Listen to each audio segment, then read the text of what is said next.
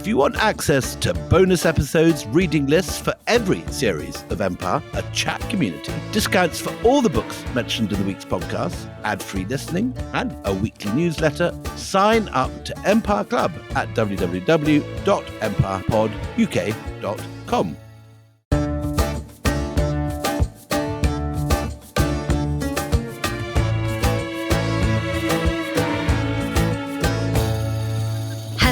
And welcome to Empire with me, Anita Anand. And me, William Durham-Paul. We've been having just such a rollercoaster ride with the story of the Mughals, and thank you so much for all of your kind comments. It's lovely to know that you're enjoying the series as much as you are. We left off with a broken-hearted, turned white overnight Shah Jahan, his hair turning white, his love gone, his heart broken, and the memory of the love of his life, Mumtaz Mahal, being raised from the ground in this white mausoleum that today is the path for all travellers to India, the Taj Mahal. And that was great fun talking about that.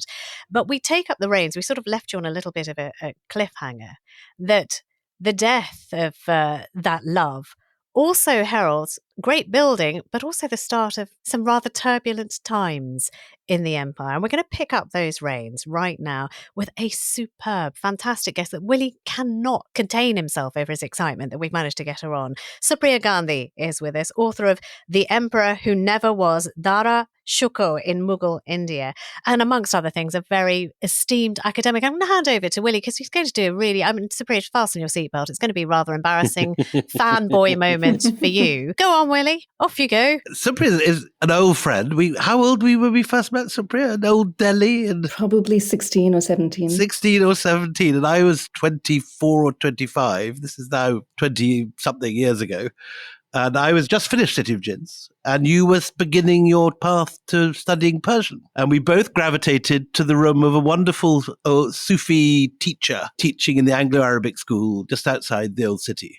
And we used to sit together in this domed room as he would tell us Sufi anecdotes and pour us pots of masala chai. And you were literally 16 or 17, already setting off on your life's work. What a precocious historian at 16 or 17, Supriya. Do you have recollections of this? I didn't know that I was going to be a historian. But, when I arrived in Delhi to go to college, I started exploring the city, and I came across quite serendipitously Dr. Jaffrey, through whom I then met Willie. And Dr. Jaffrey was my sort of gateway into the whole world of Persian and Mughal history. Okay, so just between us, describe Willie.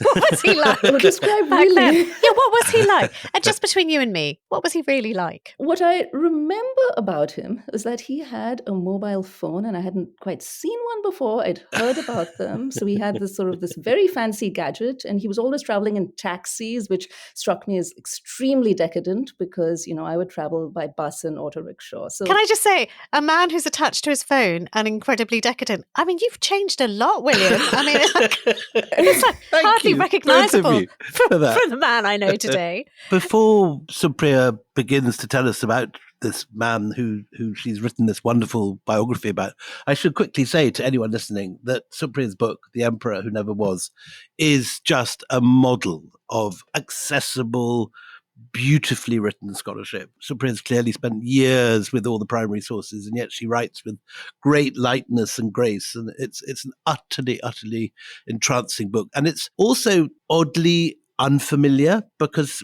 people have often talked about Dara Shukoh and Aurangzeb in India. They're kind of symbols of everything that went wrong, and Dara Shukoh of everything that could have been. And we'll go into that further in this episode. But it's always been built on often fictional betrayals of these two men. And Supriya, oddly, is the first person since the 1930s, since Kanungo, I think, is the last person to produce a biography of Dara Shukoh that's actually based on primary sources and rooted in the original writings. And she's completely rewritten the story. And so I recommend it to anyone. Well, look, we talked, Supriya, in the last episode about raising the Taj Mahal and about, that ultimate political flex, the peacock throne, and how he sort of throws himself into the construction of all of these things, and how Jahanara, his daughter, takes a really pivotal role in being the glue that makes sure that the family doesn't fragment in the absence of the matriarch and the grief of the father. But I did sort of allude to the fact that we were in for some turbulence because all of these very solid structures were going up. But succession is a very tricky thing. It isn't just an HBO series. It is a tricky thing, especially when you introduce it to the Mughal period. And we are here to talk about the man you've written about, Dara Shukoh, who we talked a lot about Jahanara, but not so much about his eldest son. Can you just tell us, a little bit about him? Well, Dara Shukoh was a Mughal prince, and we hear of the Mughal princes who become emperors, quite naturally. But there were many Mughal princes who thought that they ought to be emperors, or rather they fought for the throne. And Dara Shukoh is considered to be sort of an exception, because the stereotype about him was that he was this prince in an ivory tower who was too naive, too mystical, too sort of interested in spending time with Sufis and chatting with sort of Hindu sages to actually really sort of be suited for the throne. Nicola Minucci, who we slagged him off terribly in the last episode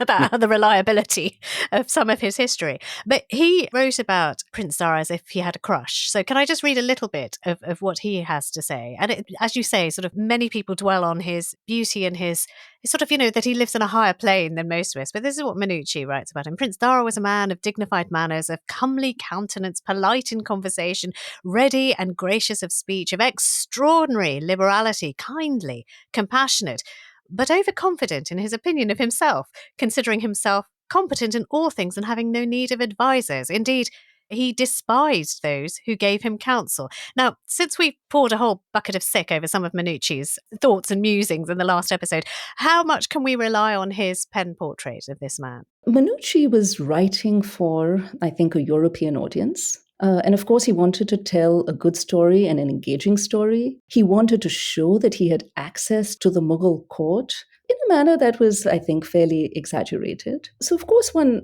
ought to, if not be suspicious, at least contextualize the sorts of stories that Minucci told. But is it right that he despised advisors? Is that something that is based on anything other than Minucci writing a story? So when Minucci was actually in Mughal India in the 1650s, this is sort of coming off a period when Dara Shukoh he's sort of established himself, his father is old, and he really is almost like the co-ruler alongside his father, who trusts him immensely, cherishes him, gives him a prominent place in court. So it isn't surprising that Dara Shukoh indeed would think of himself so highly, or at least, sort of give that impression to Minucci, because he's had that power. He hasn't had to fight for it. He hasn't had to push against his father and rebel like a lot of princes who later successfully become emperors. So he has access to his father's court. He is able to host a whole range of figures. So you'd actually go along with Minucci in many ways. You think he was a bit overconfident, and that portrait is not in itself inaccurate. As a historian, I'm sort of a little wary of thinking that I know the personalities of historical figures like Dara Shukoh, sort of really well and really closely.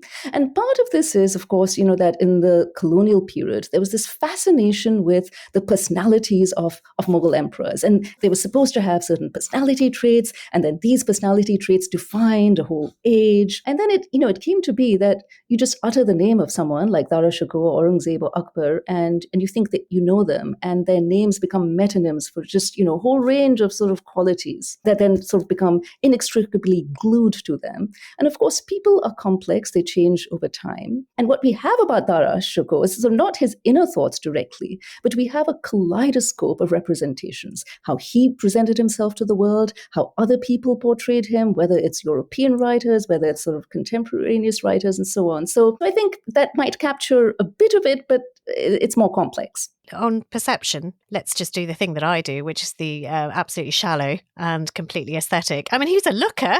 He's certainly, miniatures do him no harm at all. He looks like a sort of more handsome version of his dad, frankly. You've got that sort of aquiline nose, those almond eyes, they're heavily fringed with thick eyelashes. He's a beauty in miniatures. You have never, ever said that before about any of the figures I'm we've so looked at. superficial. Anita, Honestly, I've got the reputation for being... a new side of your character coming out here.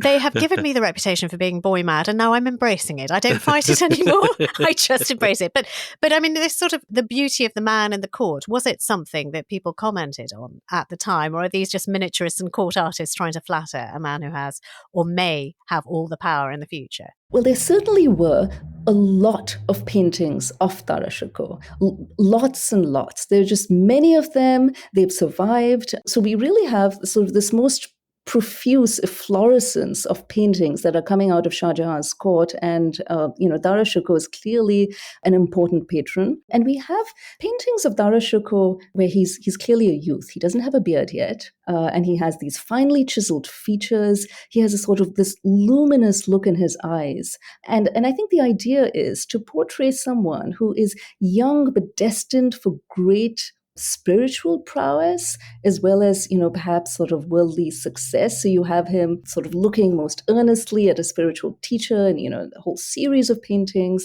And then as he grows older, yes, you see him portrayed with a beard, much like his father and his brother Aurangzeb. They all look sort of similar. Was he like his dad in his regard for astrology? We talked about, his father, Shah Jahan, pausing at the gates of Agra for 12 days until all the planets are aligned and it's an auspicious time for him to actually enter and do what is inevitable, which is claim power.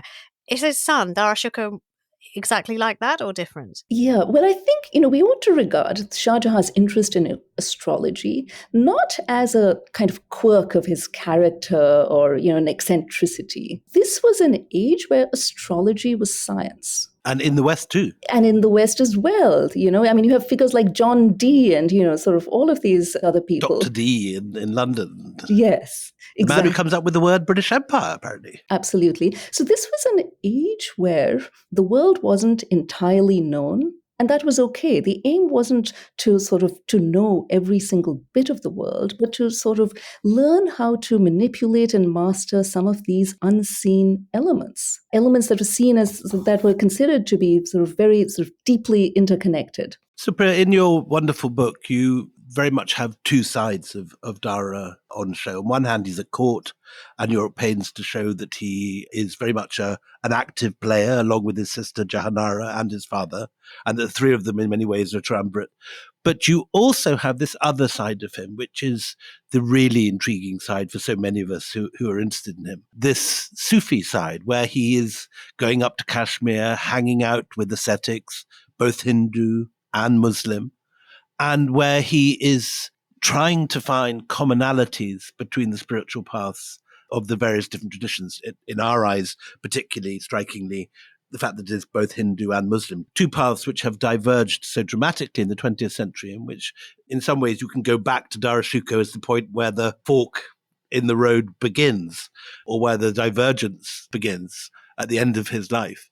Tell us about his spiritual life and about his searchings, and particularly the thing which I didn't know until I read your book about his interest in yogic breathing, of all things. Now, that wasn't entirely unusual. Muslim scholars have been interested in yoga and tantra and even tantric spells and all kinds of things forever, for a very long time. You find references to these hidden in the pages of Arabic books by religious scholars, whom today you wouldn't really imagine would be interested in these things, but they were. So Dara Shukoh wasn't completely unique in his interest, but he certainly was unusual in the depth to which he pursued them. And he was actually introduced to the Qadri Sufi order, which wasn't the usual kind of Sufi order that the Mughals patronaged. Could you explain what that means, the Qadri Sufi order? It was a Sufi order that attributed its founding to the famous sort of Sufi from Baghdad, Abdul Qadir Jilani, and it had a branch of its followers and lineages in India. There was another Sufi lineage, the Chishti lineage, that was very prominent throughout North India and the Deccan as well. And Akbar and Jahangir were great patrons of that particular Sufi order. And for Dara Shukoh to do something a little different that followed what his ancestors did, and it referenced that, it followed the same pattern, but it still showed him to be carving his own path in his own right. he cultivated ties with the Qadri order. And it was his father who introduced him to this Qadri Sufi known as Mia Mir, or sometimes Mia Ji.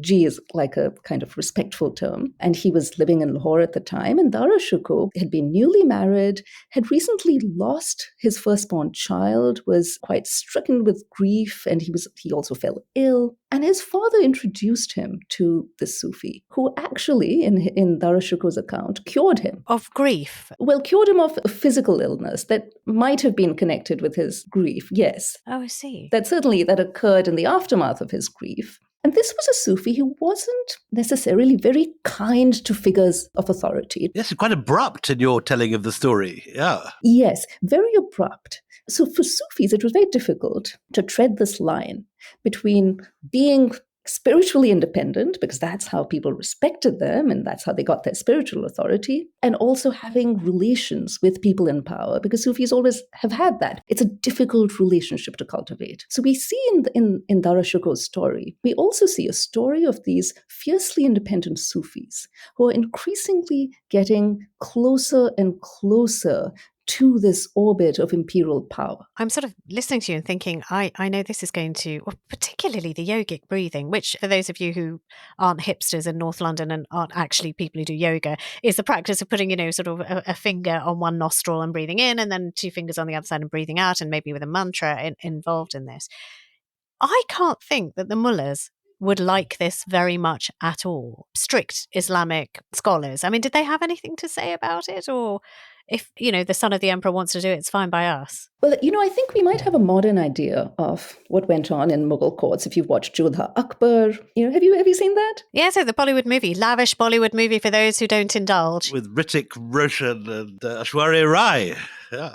Yes, so it's certainly very pretty, but then you have these sort of spinning Sufi dances that are sort of like, what you'd see in Istanbul today. And then you have these religious scholars who are very strict and they're always berating Akbar and they're wearing these sort of dark cloaks and conniving and complaining. Looking like Iranian mullahs. Yeah, and that really isn't sort of quite what happened in these times. The ulama were not the strictly defined class that we have later on, say in the 19th century. A Muslim scholar of, the religious sciences could also, wear many hats. I mean, he could be a general. He could be someone who's managing the imperial household. He was almost certainly inducted into a Sufi order because Sufism was really the default form of religiosity in this period. And there were many people who wrote all kinds of learned treatises on sort of religious topics, but they were also interested in what we might consider to be the occult or astrology, again, because that was part of the whole system of learning in those days. Understanding the world, exactly. Absolutely. So things were more complex than that, but it doesn't mean that there weren't disagreements. You put in your own book, though, Supriya, a verse of Dara's, which I'd like to read out. Paradise is where no mullahs are found, where there is no bickering and clamour from the mullahs. May the world be free of the mullahs' noise. May no one care about their fatwas. In the city where a mullah has his home, there isn't a wise man to be found. Don't gaze upon the mullah's face. Don't go where there is no madness for love. That does imply that there is an opposition there between the lovers, who are the Sufis. That's why I thought there might be a little friction, because that just suddenly sounds like friction. And there's one other lovely verse, which is from the previous biography, which I'd love to read too, which again is associated with Dara. Thou art in the Kaaba at Mecca, as well as in the Hindu temple of Somnath. Thou art in the monastery, as well as at the tavern. Thou art at the same time the light and the moth, the wine and the cup, the sage and the fool, the friend and the stranger, the rose and the nightingale.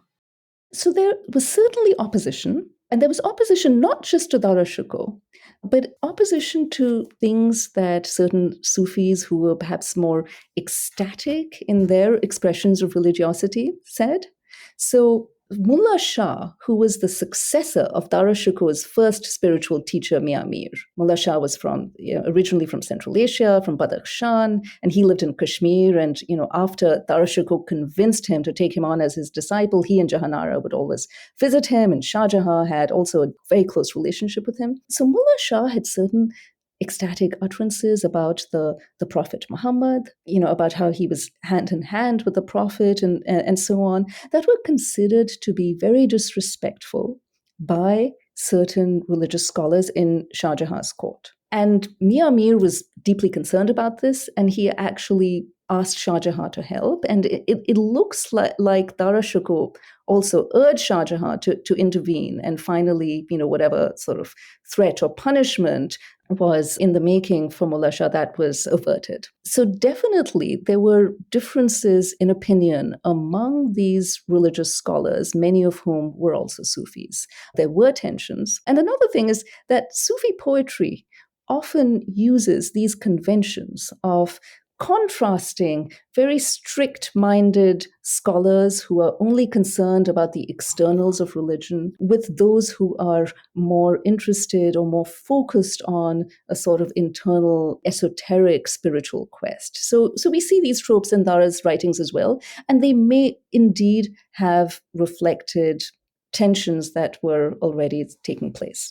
And Supriya, one of the things that distinguishes Dara is that he has this intuition that Islam and Hinduism are not separate religions, that the Upanishads could even be the secret books referred to in the Quran. Tell us about that whole idea, because that's something which is far from orthodox. So to properly understand this, we need to look at these two very famous figures whom Dara Shukoh isn't directly saying he wants to emulate, but who really are his models. And one of them is his great-grandfather Akbar. Dara Shukoh doesn't say that he wants to be like Akbar, but really what he's doing is he's trying to rule the way Akbar ruled in the second half of his reign after he'd consolidated his empire, and he was sort of getting all of these Sanskrit texts translated into Persian and all of that, and holding into religious dialogue. So Dara Shukoh is wanting to do what Akbar did before he actually became emperor. So that there was an established model for that. So it wasn't only his personal intuition,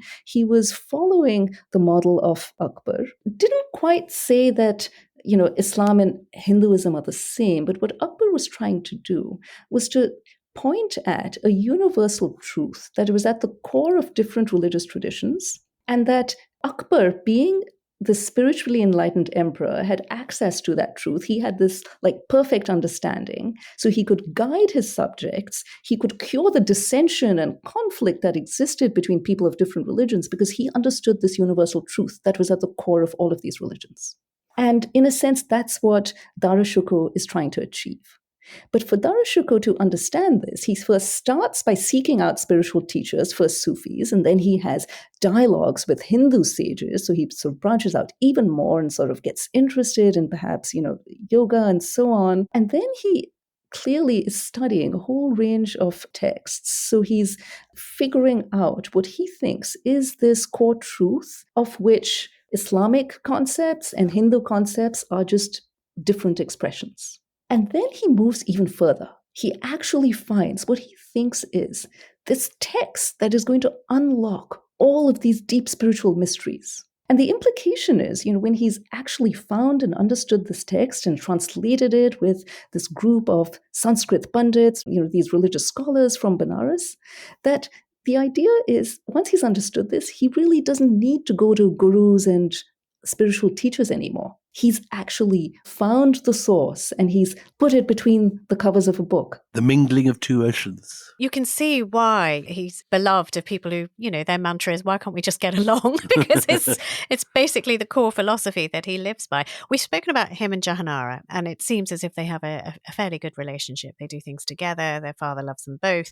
We haven't talked about the sibling, Aurangzeb. Now, just tell us a little bit how they contrast, and maybe just tell us about the differing attitudes to the elephant fight between these two brothers. So the elephant fight is one episode that is quite well known because there are a lot of later writers who've made much of this elephant fight. And some gorgeous pictures, aren't there, in the Padshahnama and so on? There are these gorgeous pictures in the Padshahnama.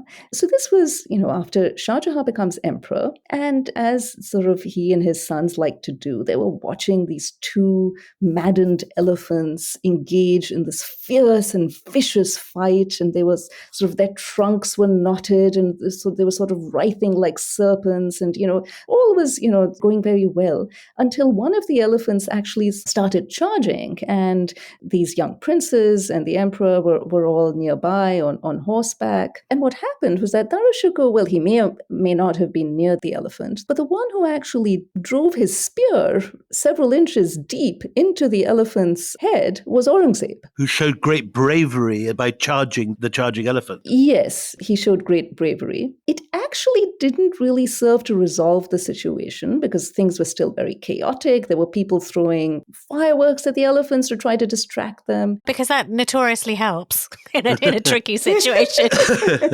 Yes. What actually happened was, finally the other elephant then resumed the fight and then distracted the offending elephant from sort of attacking the crowd. Supriya, while Aurangzeb is bravely attacking the charging elephant and saving his father and the rest of his family, Dara seems to be hanging back. And there's even some suggestion that he's allowing the unhorsed Aurangzeb to suffer for his fate. Is that the implication of the story? That's the implication that later commentators have applied to the story. In the poems of the time, again, you have this great poet, Kaleem Kashani, who praises Aurangzeb, but he doesn't say nasty things about Dara. He says that Aurangzeb, who isn't really even of age, shows sort of this most amazing maturity, and that, when he plunged his spear into the elephant, all the elephant's sort of madness sort of just came gushing out and left him. So this was a way to elevate Aurangzeb, but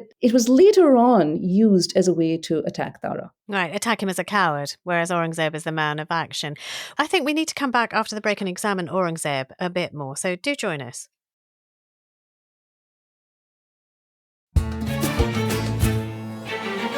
Welcome back. So just before the break, Supriya was telling us about how an interpretation at the time and thereafter has coloured people's view of these two brothers, Aurangzeb and Dara Shukoh. And we should talk about Prince Aurangzeb now, because he was, this isn't just a people who come later sort of imposing thoughts and images on people. Aurangzeb was different. He was a different kind of character. As you did so beautifully with Dara Shukoh, tell us a little bit about this young man who's 3 years younger than Dara, but has a huge ambition, even at a young age. And who we should say is today possibly the most controversial person in Indian history. He's regarded by the current government and frequently mentioned in speeches, although he's 300 years ago, as the kind of symbol of Islamic authoritarianism and bigotry and Puritanism. He's a person in daily political discourse in India today. What's your vision of him, Supriya? My vision of him in this book is really sort of confined to his younger years, and then, of course, the War of Succession that we're probably going to talk about later, perhaps in another episode. But I'll tell you a few things, a few reports about Aurangzeb when he was young. One interesting thing to keep in mind that not a lot of people know about is that when he and Dara Shukoh were both quite young, they spent several years with their parents on the run from their grandfather Jahangir's forces. And this is because their father was rebelling against their grandfather. And it was a rebellion that didn't necessarily have an inevitably successful outcome. They spent years sort of, again, trudging through muddy rivers and facing defeat and all kinds of misfortune. And then finally, sort of at the very depths of this whole experience, Shah Jahan was forced to send his two sons as hostages to his father's court. They went there, and I imagine it must have been quite a terrifying time. They had this crucial experience as hostages together that for them had a happy ending. And the unhappy ending of the whole story for a lot of these young Mughal princes was that Shah Jahan had them killed before he came to the throne. He ruthlessly got rid of all opposition. And of course, that could have been their fate. And, fortunately for them, it wasn't. Sent off to Gwalior to be fed poppy water, or whatever the terrible ways of assassinating princes he chose. So despite going through this difficulty, together, there certainly does seem to have been a rivalry. And, that's a rivalry that was fairly common among Mughal princes because they all sort of knew that they would have to fight each other for the throne whenever, the question of succession arose, which it didn't for a long time. There's, of course, this elephant fight. There's another little anecdote from Shah Jahan's years of rebellion that's perhaps fairly telling. It's an account that's written by a provincial noble called Shitab Khan, and he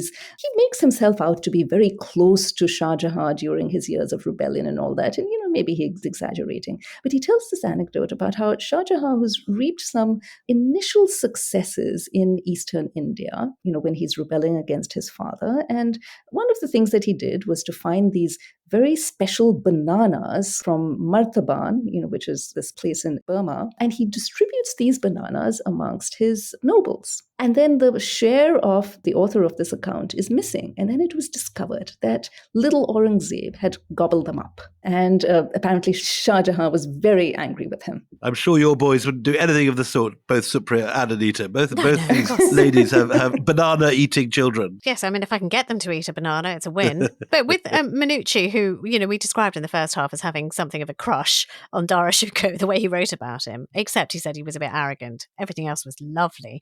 Dreamy, in fact. But when he talks about Aurangzeb, I'll just read you what he says about him. Although Aurangzeb was held to be bold and valiant, he was capable of great dissimulation and hypocrisy. Pretending to be an ascetic, he slept while in the field on a mat of straw that he had himself woven. He ate food that cost little, and let it be known that he underwent severe penances and fasting, all the same under cover of these pretenses. He led, in secret, a jolly life. His intercourse was with certain holy men, addicted to sorcery, who instructed him on how to bring over to his side as many friends as he could, with witchcraft and soft speeches. He was so subtle as to deceive even the quickest-witted people. I mean, it's not the eulogy that we had for Dara, is it? I mean, this is a man who is disliked by Minucci. And I mean, how is he sort of regarded in the court as a whole? This is a traveller who's got his own agenda and is writing his own stuff. But what about in the court? Was he popular? Was he more popular than Dara? I mean, how did they fare? Well, he was popular in some ways and unpopular in other ways. When Aurangzeb was a prince, he was given all of these sort of quite challenging postings, made governor of this or that province, away from the court. So he had some relative independence, but his father was controlling all of his actions. You paint in your book a picture of Shah Jahan being quite rough with him in his letters. He's always asking him to send him fruit or pomegranates, and there's never any sort of gratitude expressed. He's always sending sort of grumpy orders. While Dara gets to sit at court, amid the fluttering pigeons and the kind of dancing girls and hang out. Well, poor Aurangzeb's trucking over mountains in the Deccan, chasing rebels. Yeah, as a teenager. I mean, he's a young teen when he's being sort of flogged around the kingdom. Do go on. Yes, go on, Supriya. Yes, which actually turns out to have been rather good for him. Because while his father was micromanaging his every action and, nothing he did was ever good enough, Aurangzeb cultivated fairly good relationships with his men. So he was always trying to get extra money to pay them good incomes and, and make sure that they were happy. He became quite good at managing people. He was very sort of canny. So for instance, if Shah Jahan and Dara Shukoh had a problem with a certain Rajput noble, for instance, with Rana Raj Singh, he was building a fortification, which was a little alarming for the imperial court, and Shah Jahan would try to send people to try to coerce the Rajputs to sort of tone things down a little bit.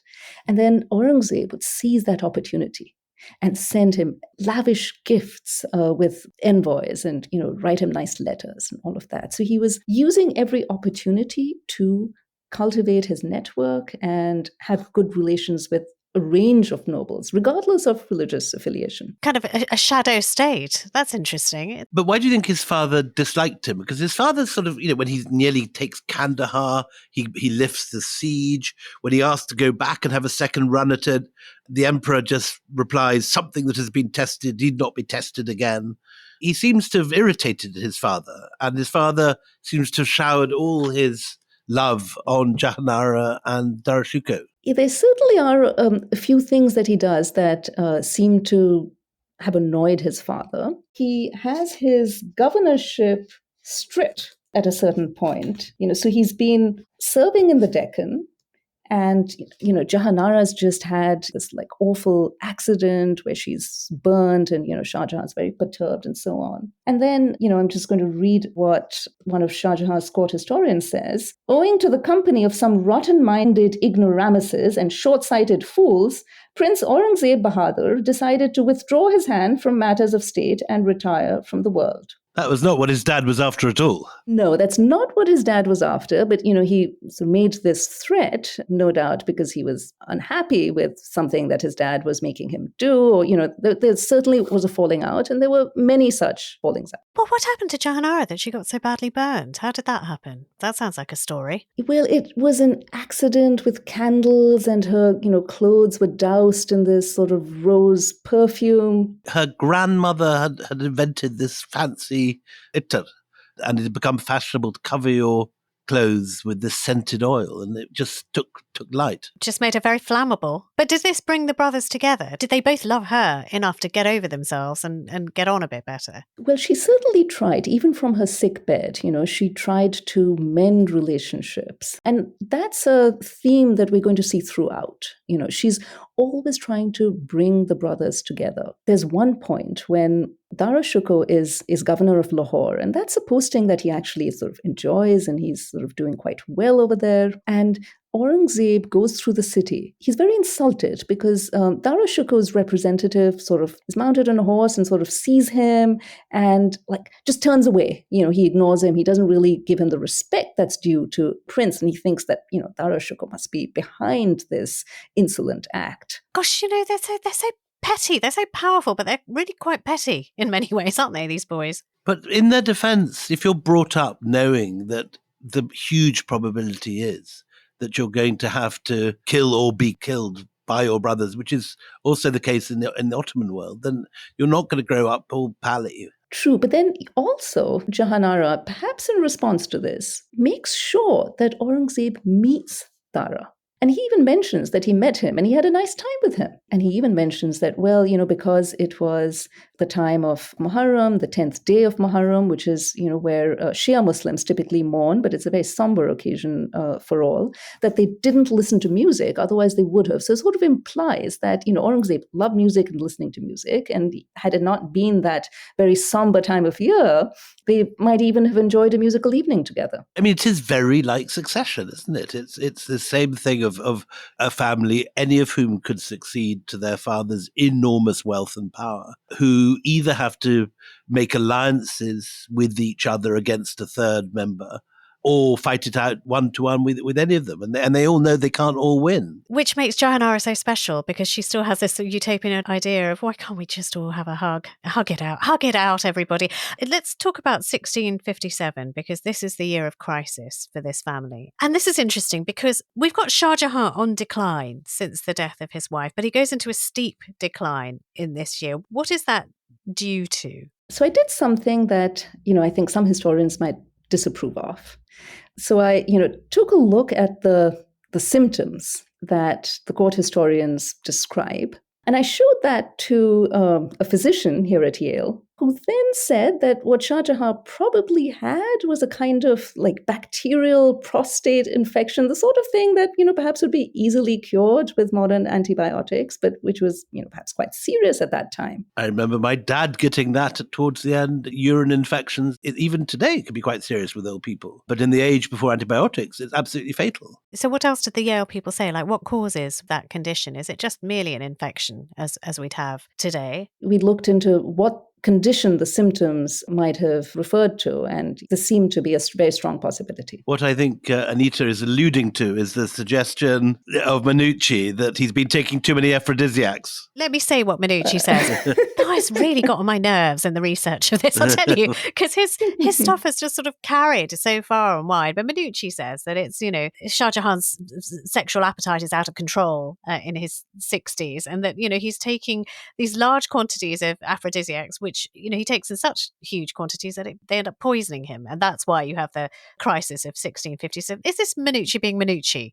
again with absolutely no basis and pretending to know more than he knows. Probably. I mean, it'd be hard to find that in other accounts. And Banucci, of course, had to entertain his readers and provide them with salacious stories about Mughal harems and, what went on in them. So, I mean, he has this terrible condition. Is he in agony? Who is around him? Who is treating him? What's going on around his bedside? So he is in agony, and it's a difficult moment because there's this idea that the health of the body of the emperor reflects the health of the kingdom. There's this Galenic idea of the humors being in balance. So if the emperor's humors are not in balance, then it actually puts the entire kingdom into crisis, because the stability of the kingdom depends on there being a stable ruler and a sovereign. But in the meantime, the whole of Delhi shuts up shop. Everyone thinks in Agra that the end is about to come. Everyone knows what a succession crisis means. It means civil war breaking out. Well, I love this idea of shopkeepers burying their money just in case it all goes terribly wrong and they have to dig it up afterwards. Yes, and Dara Shukoh then, tries to take tight control of the intelligence and information that is leaking out, and so on. So the difficulty is that the other princes are all scattered. Shuja is in Bengal, where he is governor, so that's in the northeast. Murad Bakhsh is in Gujarat, where he's governor. We haven't even talked about these two brothers, but these are the other two brothers who are in the line. And then Aurangzeb is also kind of relatively close to Murad in the south, in the Deccan. So we have this potential for wars on multiple fronts should each brother stake a claim to the throne. But the king ain't dead yet. I'll tell you what, let's leave it there. Join us next time when we continue this conversation with Supriya. What happens with this scramble over the not even dead body of the emperor, Shah Jahan? And if you can't wait to hear that episode, you can get early access, of course, as always, by signing up to the Empire Club at empirepoduk.com. That's empirepoduk.com, and you'll get bonuses and you'll get early access to tickets and you'll get our weekly newsletter. For now, though, and until we next meet, it's goodbye from me, Anita Anand. And goodbye from me, William Trimble.